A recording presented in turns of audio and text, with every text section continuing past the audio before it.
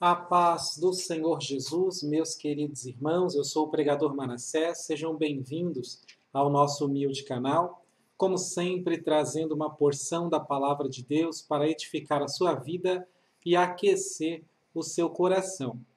Bom, a palavra de hoje eu quero falar um pouquinho sobre Davi e um bocado sobre a Arca do Senhor, a Arca da Aliança.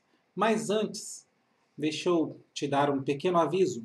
Nós temos um grupo fechado no WhatsApp, onde você pode receber devocionais, estudos e ministrações da Palavra de Deus, tá bom? Esse grupo é só para receber. O link para você entrar está na descrição do vídeo. Então a gente manda normalmente devocionais e de vez em quando mandamos apostilas, de vez em quando a gente manda alguns esboços, alguns estudos, tá bom? Todos de minha autoria. Tudo bem? Você querendo participar, o link está aí na descrição para você entrar.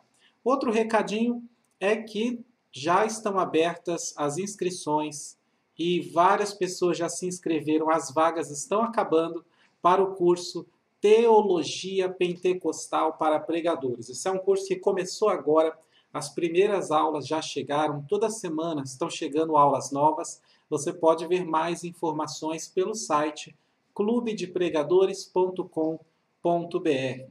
Tá? O link do nosso site também está na descrição deste vídeo. Muito bem, vamos fazer menção da palavra do Senhor? Vamos fazer a leitura do texto? Segundo Samuel, capítulo 6, no verso de número 9, diz assim: E temeu Davi ao Senhor naquele dia, e disse: Como virá a mim a arca do Senhor? Como virá a mim a arca do Senhor? Nós sabemos que esse texto é resultado de um episódio que marcou a vida de Davi, de Israel, para sempre. Quando Davi tentava trazer a Arca da Aliança para Jerusalém, ele estava trazendo de uma forma totalmente equivocada, não do jeito que a lei de Moisés diz que deve ser feito, ele estava fazendo errado, mas ele não sabia que estava errado. Então a arca caiu, Uzá tentou segurar, e por ele ter tocado na arca do Senhor, ele foi morto ali mesmo. Isso para todo Israel foi uma repreensão do Senhor, foi uma disciplina do Senhor. E isso encheu toda a nação de temor. Todos ficaram cheios de temor. E nós percebemos a reação de Davi. Ele sabia que o correto era trazer a arca da aliança para Jerusalém. Mas na tentativa de fazer isso, ele foi repreendido por Deus. Ele foi advertido por Deus. E a sua reação não foi uma reação infantil, não foi uma reação de criança, de ficar, eu tentei fazer, Deus não deixou, Deus me barrou, Deus me repreendeu, Deus puxou minha orelha, não vou fazer mais. Não, de maneira nenhuma. O texto diz que temeu Davi ao Senhor. Então a reação de um cristão verdadeiro, diante de uma repreensão da parte de Deus, é que ele não vai desistir de fazer o que é certo, ele não vai deixar de fazer o que tem que ser feito na obra do Senhor só porque houve uma repreensão, houve uma disciplina, houve um puxão de orelha. De maneira nenhuma. Ele continua tendo essa boa intenção no coração. Só que agora ele pergunta: como virá a mim a arca do Senhor? Ele ainda quer trazer a arca, ele ainda quer ter a arca de Deus junto a ele. Ou seja, a repreensão não barra o cristão verdadeiro. Porque a própria palavra diz que o Senhor ele repreende a todos quanto ele ama. Então, o cristão que tem uma maturidade, ele não é barrado pela repreensão, ele não é barrado, ele não deixa de fazer, ele não deixa de agir por causa de um ou outro puxão de orelha, por causa de uma disciplina. Não, ele sabe o que é certo e ele vai fazer a vontade do Senhor. A diferença é que ele aprende agora com isso e ele pergunta: como virá a mim a arca do Senhor? Glória a Deus. E isso, para nós, é uma reflexão que deve ser quase que diária nas nossas vidas. né? Sempre que você perceber que está sem a presença de Deus, que está vazio de Deus, que está longe de Deus, você precisa parar e refletir: como virá a mim a arca do Senhor? Você já fez essa pergunta? Muitas das vezes nós ficamos fazendo as perguntas erradas, mas Davi ele fez a pergunta certa: como virá a mim a arca do Senhor? Nós sabemos que essa arca ela foi construída por Moisés sob a orientação de Deus, em Êxodo 25, do 10 ao 15. Você pode ver também em Êxodo 37, do 1 ao 5. A gente sabe que nos tempos de Samuel, nos tempos do sacerdote Eli, ela foi roubada, 1 Samuel capítulo 4. Ela foi depois levada para Jerusalém por Davi, 1 Crônicas capítulo 15. E no tempo de Nabucodonosor, por ali, ela desapareceu. Né? Daniel capítulo 1, verso 2, é o período em que desaparece a arca do Senhor, quando Jerusalém foi sitiada. Mas nós sabemos que João, na sua revelação do Apocalipse, ele viu uma arca no céu. Apocalipse 11, no versículo 19. A arca do Senhor foi vista no céu. E por que eu estou falando todas essas coisas sobre a arca? Devido à reflexão que nós devemos fazer nas nossas vidas. Como virá a mim a arca do Senhor? O texto bíblico, ele fala ao nosso coração. Esse versículo que nós lemos fala ao nosso coração que nós precisamos refletir sobre isso. Claro, não tentar trazer a arca literalmente, né? Você ir ali e comprar uma arca, não é disso que estamos falando. A reflexão é espiritual. Né? Como virá a minha arca de Deus? A arca é símbolo da presença de Deus. É símbolo da presença do Todo-Poderoso Deus. E nós sabemos que nós somos portadores da presença de Deus. Lá em Romanos, no capítulo 8, no verso 9, Paulo ele diz: vós, porém, não estáis na carne, mas no Espírito. Por que ele diz isso? Porque nós somos portadores da presença de Deus.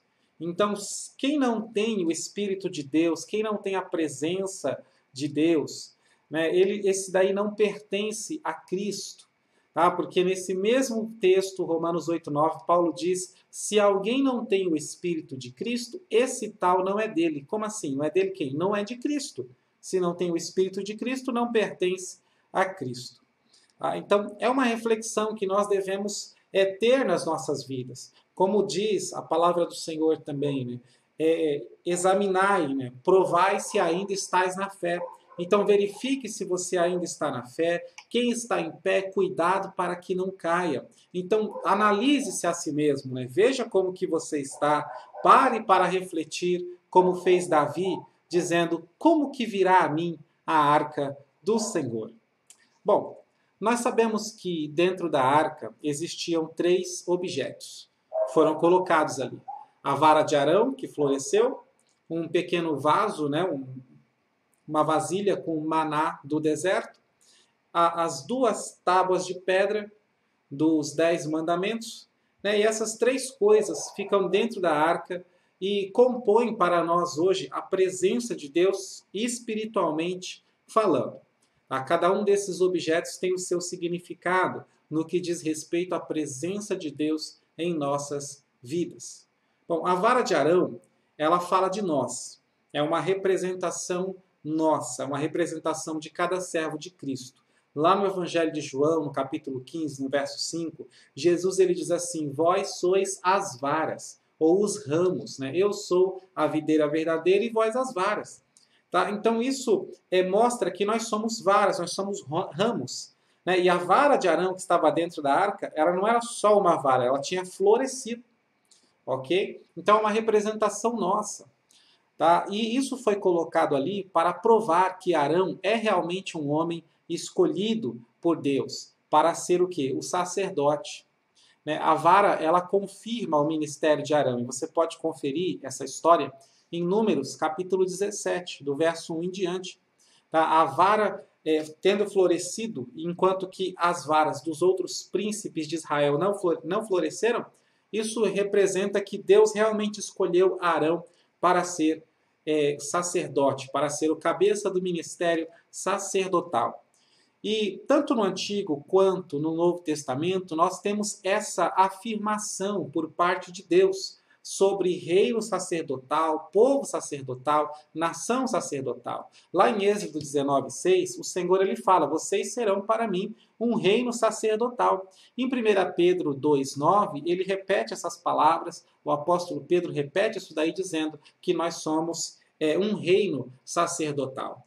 Então significa que cada um de nós, sendo um sacerdote de Cristo hoje, porque somos um reino de sacerdotes, significa que cada um de nós deve portar a presença de Deus, deve ter consigo a arca da aliança, espiritualmente falando. Tá? Significa que devemos levar essa presença de Deus em nós. Né? Ou seja, de maneira que nós levamos a arca, só que nós também estamos dentro da arca, sendo representados pela vara de Arão. Eu sei que fica um pouquinho confuso, mas você consegue entender isso, de levar a arca e ao mesmo tempo estar dentro da arca nas palavras de Jesus. É possível entender isso quando ele fala em João 15:4 o seguinte: quem está em mim e eu nele. Como que alguém pode estar em Cristo e Jesus ao mesmo tempo estar nessa pessoa? É essa simbologia que eu estou passando para você. Você tem que levar a arca de Deus, ter a presença de Deus, mas estar envolvido com essa presença, né, estar dentro da arca, sendo representado ali pela vara de Arão. Glória a Deus. Agora, veja que essa vara que está dentro da arca, né, e que nos representa, nós sendo varas, Jesus deixa bem claro na sua parábola do João 15, que a vara só floresce se estiver enxertada na videira. Se não estiver na videira, não serve para nada. É por isso que a vara de Arão é colocada dentro da arca. É por isso que você só vai florescer, só vai dar fruto se você estiver em Cristo. Você tem que estar em Cristo, mas também Cristo tem que estar em você. Glória a Deus por isso. Aleluia. O segundo objeto que nós temos dentro da arca, né, que compõe a presença de Deus, símbolo da presença de Deus, é o maná do deserto. Ele está guardado dentro da arca. O maná do deserto é o pão que desceu do céu. Como diz lá o salmista, né, nos Salmos, o pão que desceu do céu. Deu-lhes a comer o pão do céu. Então, esse pão que desceu do céu aponta, remete para Jesus Cristo. E ele mesmo diz isso em João 6,51. Eu sou o pão vivo que desceu do céu. E esse pão vivo está representado pelo maná do deserto dentro da arca. Então aponta para Jesus Cristo, porque quem habita em nós, hoje nós, sendo templo do Espírito Santo, é o Espírito Santo de Deus, mas Jesus está contido, está representado nessa arca da aliança pelo pão, pelo maná do deserto. Ou seja, Cristo também está em nós, Cristo também está conosco. Eu posso dizer que o Espírito de Deus habita em mim, mas eu também posso dizer que Cristo habita em mim, por causa dessa representação tipológica, espiritual da Arca da Aliança, que nos ensina isso. Tem uma vara, mas também tem um pote com maná do deserto, que fala do pão vivo que desceu do céu. Aleluia! É por isso que Paulo ele diz aos Gálatas 2:19, se não me falha a memória, vivo não mais eu, mas Cristo vive em mim. O mesmo Paulo que diz que o Espírito Santo de Deus habita em nós, ele diz Cristo vive em mim. Glória a Deus. O terceiro elemento que nós temos dentro da Arca da Aliança são as tábuas de pedra. Essas tábuas de pedra, essas duas tábuas, que contêm os 10 mandamentos, 5 mandamentos em uma tábua, 5 mandamentos em outra. Por que são duas? Porque para dar testemunho é necessário 2 pessoas, então são 2 tábuas. Elas dão testemunho de Deus para nós. Elas levam a essência da palavra de Deus, os 10 mandamentos, né? que esses 10 mandamentos fazem parte da aliança que Deus tem conosco, o código moral que Deus tem conosco na sua aliança. Essas tábuas levando a palavra de Deus, elas representam assim a palavra de Deus, a Bíblia Sagrada, as Sagradas Escrituras. Glória a Deus. Então, em uma aliança, em um casamento, porque a aliança é casamento. Em um casamento é necessário um documento que registre os termos do casamento, os termos da aliança. Então, assim também essas tábuas da lei estão registrando quais são os termos da nossa aliança com Deus. Essas tábuas da lei dentro da arca da aliança é como se fosse a nossa certidão de casamento, que nós estamos casados com Deus. Aleluia! Glórias a Deus! Então veja que coisa linda é você levar a arca do Senhor na sua vida. Você você está na arca, né, e está levando a arca, porque você é uma vara enxertada na videira para frutificar, para dar frutos. Mas você também está em Cristo, porque tem o maná do deserto. Você comeu desse pão. É por isso que Jesus, ele fala de forma simbólica, né, não literal. Ninguém ia comer a carne de Jesus. Né? Mas ele fala de forma simbólica, dizendo: quem come do meu corpo e bebe do meu sangue tem a vida eterna. Isso quer dizer, quem está em mim e eu nele. Você está em mim e eu estou em você. É isso que Cristo está dizendo. Quem está em mim e eu nele. Quem come da minha carne e bebe do meu sangue tem a vida eterna. Lá em João capítulo 6. Glória a Deus. Então, você é uma vara que está dentro da arca para frutificar. Você tem em si mesmo, por causa dessa arca da aliança, que é a presença de Deus, o Jesus Cristo junto com você, representado pelo maná do deserto. Você está em Cristo, Cristo está em você.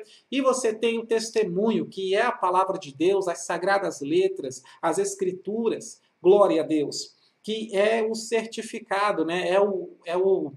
A certidão de casamento, é o documento da aliança que você tem com Deus, que nós temos com Deus. Glórias ao Senhor. Então, agora que você entendeu isso, fica a pergunta: como virá a mim a arca do Senhor? Como virá até você a arca do Senhor? Glória a Deus. Porque às vezes é fácil, né? É muito fácil você falar da boca para fora. O Espírito Santo de Deus habita em mim, Cristo está em mim. Isso tudo é muito fácil, mas veja os elementos.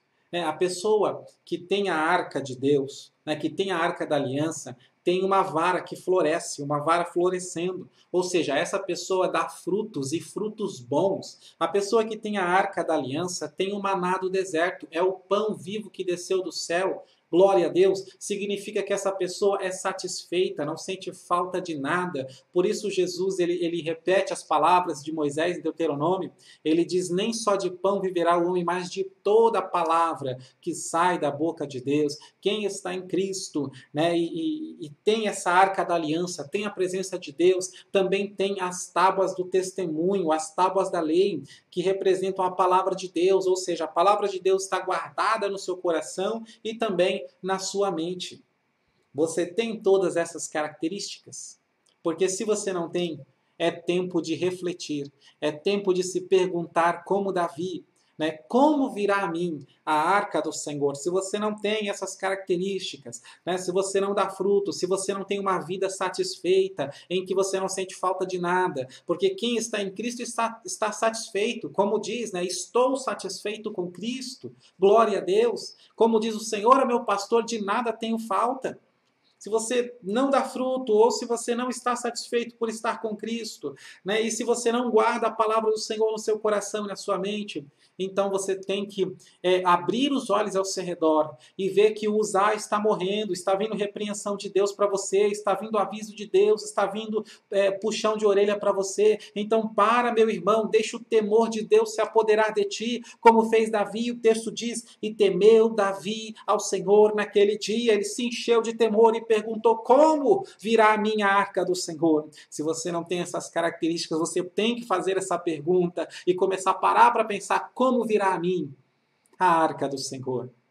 Glória a Deus. Levar a presença de Deus consigo é levar uma responsabilidade, é ter um compromisso com Deus, compromisso por causa da palavra de Deus, as tábuas da aliança. E o compromisso de frutificar, de dar frutos. Em João 15,16, Jesus fala: eu vos escolhi a vós e vos nomeei para que vades e deis fruto, a fim de que o vosso fruto permaneça. Glórias a Deus. Então, se você quer trazer até você a arca do Senhor, Você precisa olhar novamente para a cruz do Senhor Jesus, para todo o sacrifício que ele fez pela sua vida. E você precisa procurar conhecer mais a palavra de Deus no que diz respeito a Jesus Cristo, no que diz respeito à sua morte e ressurreição. O estudo da palavra não é apenas para alguém mostrar que sabe alguma coisa. O estudo da palavra é para abrir os nossos olhos, para que a gente possa enxergar e entender de fato o nosso relacionamento com o Deus Todo-Poderoso. Né, que a arca de Deus esteja na sua vida, que você dê frutos, que você esteja satisfeito com Cristo, que você tenha guardado no coração e na mente a palavra do Senhor. Glória a Deus. Amém? Eu vou ficando por aqui. Que Deus abençoe sua vida, sua família e seu ministério, em nome de Jesus.